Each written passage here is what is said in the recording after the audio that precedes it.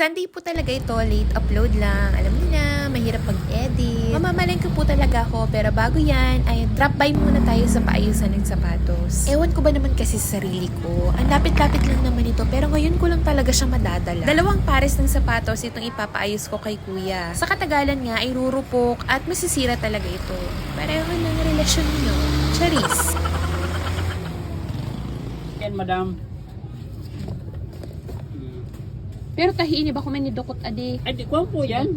Dinikit yung payan, bako tayo. Dinikit sa gilid. Kaya man ang pwede po na tayo unawara. Pero day man ini maungkab na. Pag pag-video ko si kuya, may discount na yan si kuya. Grabe. Sana ko. Taga saan ka kuya?